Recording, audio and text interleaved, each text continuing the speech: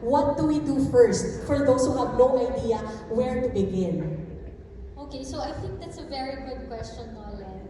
Siguro that conversation would start with me asking everyone, what is your picture of a perfect retirement? Diba? So, of course, having a perfect retirement, maybe it's an ideal, but having that picture grounds your financial plan. And then when you have that picture of a retirement, now it's time to take a hard look at the numbers. Ito na, dito na papasok ang financial advisor. Kasi yung numbers, yung numero, dun sa nakikita ninyo sa perfect retirement ninyo, doon makakatulong yung financial advisor on how that person can help you achieve that goal. And when you have that picture of retirement, the product solutions that will be offered to you will also match that. So for an example, personally, I'm sure you might be asking, oh Carla, ba't naisip mo na kagad yung retirement? It seems like I'm far from it. Just like Piolo, I mean, I love what I do. And so, continuing in this business, I wanted to have a picture of what my retirement is. So as early as I started working, I was actually already putting aside a little bit of my salary into retirement. And what were those financial solutions that were offered to me by Sun Life? We have a variable life insurance plan, which ensures that I'm financially protected, but at the same time, my premiums are being invested towards certain funds that matches my risk profile. So I would say talk to a financial advisor to help you get to that perfect retirement. Thanks, Carla. Jeff, ikaw na ang susunod. Kasi di ba, parang of course, it's not easy for us to come face to face with, uupo tayo. Asan ba talaga ako in my financial journey? How much do I have? How much am I lacking? That's a hard conversation to have with yourself. Jeff, how did you face that moment where you had to really sit down, consider your expenses, and then take action? Anong mindset dapat ang meron? Well, when I started with the company, I don't have any idea about insurance, to be honest. So I didn't know how to plan my finances. I don't know how to put aside money. All I know is just to put it in a bank and handle the savings. So I started out having my Sun FlexiLink product. No? It's an insurance and investment product. And that's how I started to basically grow my money.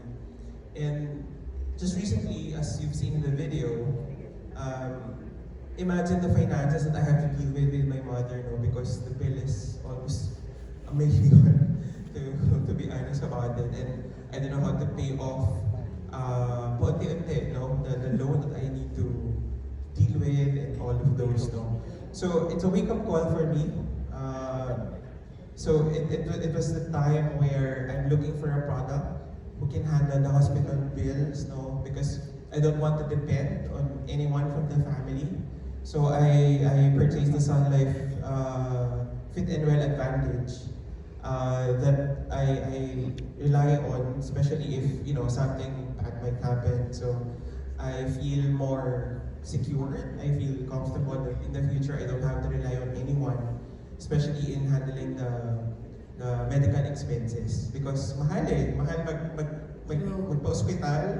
I don't know how magkano na ulit in the coming years to come. So I need to be financially ready. True, kasi really the pandemic really opened us up to our vulnerabilities, di ba? When it comes to our finances, when it comes to our health. And now with that, we move on. First to a virtual question. I think we have a question from our friends over on Zoom. Can we flash the question, please?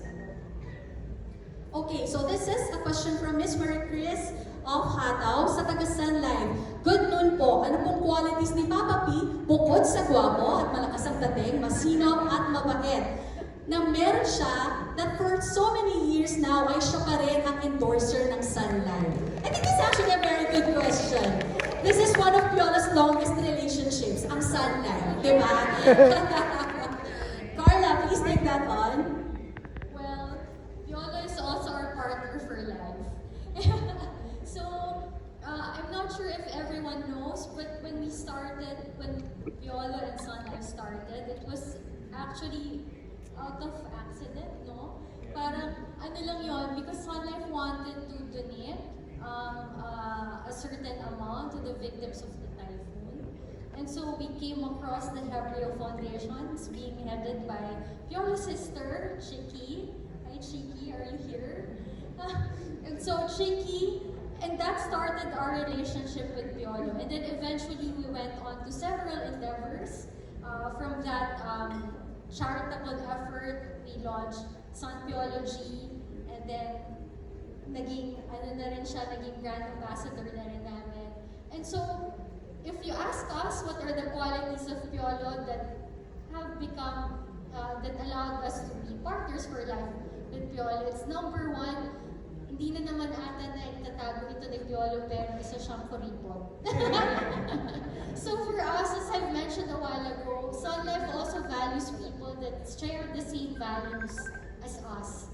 And so being financially disciplined, we thought that Piolo was the perfect brand ambassador. Apart from that, he also has secured his finances, not just with being a good steward of his money, but also having the foresight to have a financial plan with regards to all of his financial needs. So be it health, be it retirement, even for the education of his child. So lahat ng yon nakita namin kay Piolo. So I would say really, Piolo is the perfect partner for life. And really, no, kasi diba, if you can observe, when it comes to endorsements for celebrities, these are usually short-term. It lasts for a while, and then you see them probably with another brand or endorsing something else. But for Piolo and Sun Life, it's been so many years now, and we're still going strong, and we're very definitely happy to have Piolo on board, especially when it comes to promoting our advocacy. And with that, we move on to Ms. Tess again for the next question. Anong reaction, Piolo? Reaction daw ni. I would say that there is parallelism in terms of what Ms. Carla was saying. I guess from the get-go, I knew for a fact that showbiz life is fleeting. So I had to save up. I had to work so that I could have something for the future. And early on in my life, I secured my insurance right away. I don't know, maybe my mom taught us that you have to save up for the future, that this is not going to be forever. And so that's why even my sister, when Sun Life became a partner with our foundation, it was the same time that my sister also moved to Sun Life and became a financial advisor. So since then, my sister and I have been talking every year as to which plan or what kind of policy we can get. So there is always that growth, there is progression. So we're growing at the same time, at the same pace, and it encourages me to always give it my best because I know Sun Life is also pushing the envelope and not resting on their laurels. So it's a good relationship that I would want to keep for some time, I hope. I'd like to build up on that a bit by, Piolo is of course talking as a brand ambassador and at the same time as a client, but as an employer. Jeff, can you share a bit about your experience? What makes you stay at Sun Life? How does it help you in your own personal goals? Okay, I'd always go back to the experience I've had, especially during lockdown. And a lot of companies are unfortunately closing down, cutting down the salaries of everyone, even up to the point of retrenchment. No? But Sun Life keep its promise of sustaining the talent, keeping its talent, keeping its resources, and even empowering our employees. No? Saan ka nakita ng company that would give a wellness day off to everyone? Because we're pretty much after the mental health of our people, checking their how they do their work, and how they basically manage their time. So for me, Sun Life recently got its award, being the Great Place to Work, and it's not just an award, but it's the people who voted for the company to be a great place to work. So I can attest to that. Thank you so much, Jeff, for sharing that. Ms. Des, a question from you before we move to the virtual again. Before I call Neil, a reaction lang from Ms. Ian, of course, the president of Speed, and of course, entertainment editor. Kasi kanina, ay Papa B. Kanina kasi someone said that you're the report. Actually, it's not true. Kami, ang speed, witness sa pagiging generous mo. Sobrang open to help groups na kailangan ng tulong when it comes to kunyari mga outreach programs namin. You were always there to support us. So thank you, Papa P. Thank you. And God bless you. Partner for life din si Piolo ng Speed. I Oh love it. yes, and we're proud of it. Thank you, guys. Yes, agree. Okay, Neil Ramos, of course, entertainment editor for them. Magandang hapon, Papa P. Boss, yes, gusto ko lang malaman kung ano specifically yung mga plans na. Marami. You want to talk about it? My sister actually is here as well. But I actually just wanted to share about Fit and Well because, like what Jeff is saying, it's really going beyond your insurance because it really protects you from illnesses and for emergencies, and it's just that's why I said there's parallelism with Sun Life because as the years progress, there's always a new plan, there's always a new policy, there's always something better that you can choose. It's not just about getting an insurance, it's about broadening your portfolio and knowing that there are other policies that you can actually use to solidify your financial independency. Kaya ba? So, I have so much. I have more than a dozen policies. So every year, whatever is new, I always get it because I know that it really helps me secure my future, not just for myself but also for my family. I'm okay, but I will also do this for my family, my mom, my kid, my siblings, and everyone else. So, iba-iba kasi yung policies natin. Oh my gosh, but I just really. When Jeff was sharing his story about Sun Fit and Well, it's parang my favorite for now because it really protects you, especially if you're active and is in life. There are accidents, there are circumstances na hindi natin mapipigilan, and there's so much protection when you get these policies. So, ano ba yung pinaka-accident? Marami kasi. Every year I would get one or two just to make sure that there's something to it. I think, I'd like to build up on that question by asking Carla, ilan ba exactly ang dapat na meron ka? Yun nga kasi dapat we always think in our head, just one insurance is fine, or one policy is fine, but it's not. I always share it with my colleagues in the business. I always, like sila Robbie, and when I'm in ASAP or when I'm in the studio, I would always tell them, one policy is not enough. Not because I endorse Sun Life, but because it's really practical. So, Scarlett? Actually, my advice is the way we look at their products and solutions and even our own financial needs. Kasi there are several, diba? So the first one would be, I would say, protection, financial protection. Especially if you have dependents relying on your income for their day-to-day needs. So that's one. The second would be, as Piolo and Jeff's and my favorite product, something for health. Because we know, mahal magkasakit, and just one big critical illness, it can wipe our savings. So that's my second. And then the third financial need is if you want to build a fund for your life goals, like retirement, or probably also education of your children, business, and even just to grow your money. And so we also have products that can help you with those goals. So I would say 3 things: life, health, and wealth.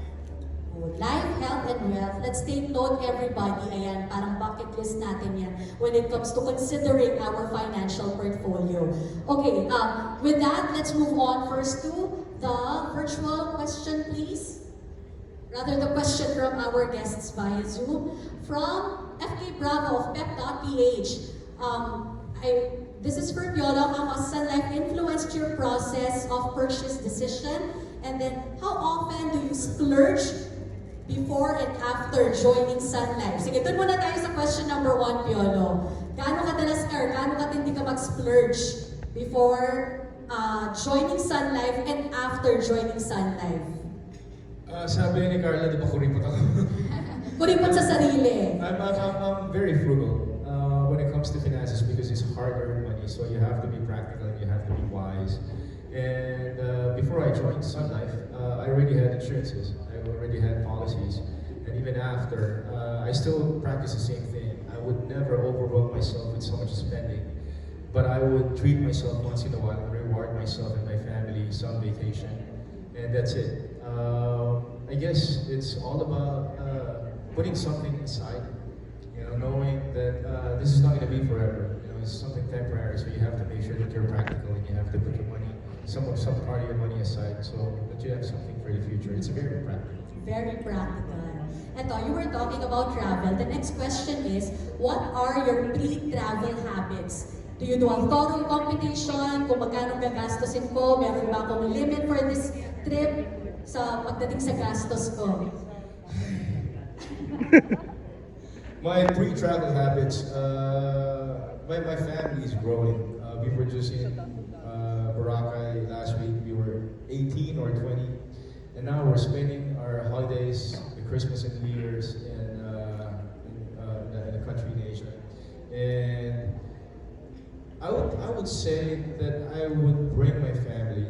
I would consider my family because I can always travel. I can always do my travels whenever I want to. But being with family is a very important thing because you want to share the memories with them. So for now, when I travel, I always consider my family. I always consider the kids because I want them to spend time with their parents, my siblings, and my mom. And I always consider my mom because she's 76, so I always take into consideration how much time she can walk or how much she can handle in terms of going around town. And in terms of budgeting, of course, you try to book ahead of time. You really try to plan ahead of time, so mas mura ka. Mas mura pa yung money. Kuripot nga. You have to be practical at the end of the day, especially if you're spending for everyone. But other than that, you just go with the flow as long as with your loved ones, and you're okay. Kuripot nga sa sarili, but very generous when it comes to other people. True. There you go. We have another question, Ms. Des, from the floor. Yes, before I ask her question, Papa P, I love you, birthday girl G. Juliana, entertainment editor. Wow, happy birthday! Okay, her question is, anong year ka naging financially literate at sino ang nagturo sa'yo at reason for you to start maging conscious about your finances? I was in the States in the 90s, late 90s, and then when I moved back here in 98, I thought, of course, it's just like what I was saying a while ago, this is not going to be forever, so I came back here to work and just really save up. So early on in my career, I was in my early 20s. I already got my policies, I already got my insurance. And even for my nieces, my son, I got him an educational plan, and just to secure everything. So it's always been, parang for me, you don't spend what you earn. You save it up. You save for the rainy days. And lumaki kasi ako sa paluwagan in school. Diba? Alam naman natin yung paluwagan. So you keep your money in the bank or you keep your money with the leader of the group, and then after a while, a couple of weeks, a couple of months, you see your money and it grew. Parang, it gives you that pride that you have discipline. So early on in my life, I knew that kailangan mo talaga magtipid, kailangan mo mag-save because it's what can give you financial freedom. I would say my first purchase of a house, I had to loan it, and after that, hindi na ako nag-loan. Parang I just really worked non-stop and took advantage of the opportunity that came my way. So I never changed my lifestyle, so I wouldn't want to say that I was financially independent, but I just relied on, I guess, the savings I had, and just, never, lived beyond my means. So with Sun Life's help and with my sister as my financial advisor, I just realized that there are other ways that you can save up for the future and for your family. Thank you so much, Piolo, for sharing that. And I believe you have a question for, not for virtual. So one last from the floor. Okay. We have three actually. Three. Hindi na Last. ako balik. Okay, sige. Miss mo natin yung mga face-to-face na press ko. Sobra. Nakakamiss. Okay, we have John Bueno of kumagaw.com. Hello, good afternoon. I'd like to address my question to Ms. Carla. Since you're representing Sun Life right now, how has the pandemic affected the financial stability of the company? Of course, with the pandemic, a lot of people might probably have gotten their, shares or claims, as so they may say. And this is actually gonna rock, of course, the finances of Sun Life as well. Has it been stable so far? And have you given all, the claims that are for the customers of Sun Life? Okay, so thanks for that question. Okay, so the short answer is it did not affect the stability of Sun Life. As shared by Jeff a while ago, Sun Life has been we didn't retrench any of our employees. Our salaries are still kept intact. But apart from that, I would say last year we settled around 6 billion, 6.5 billion in claims. Of course, it spiked a bit during the pandemic, but we're fully able to settle all of those claims. In fact, Sun Life is the #1 life insurance company in the country, and we have been the undisputed leader for the past 11 years. Apart from that, I would say Sun Life is a resilient company. We've been here in the Philippines for more than 125 years, and it's a commitment that we've made to this country, and we will remain to be a financially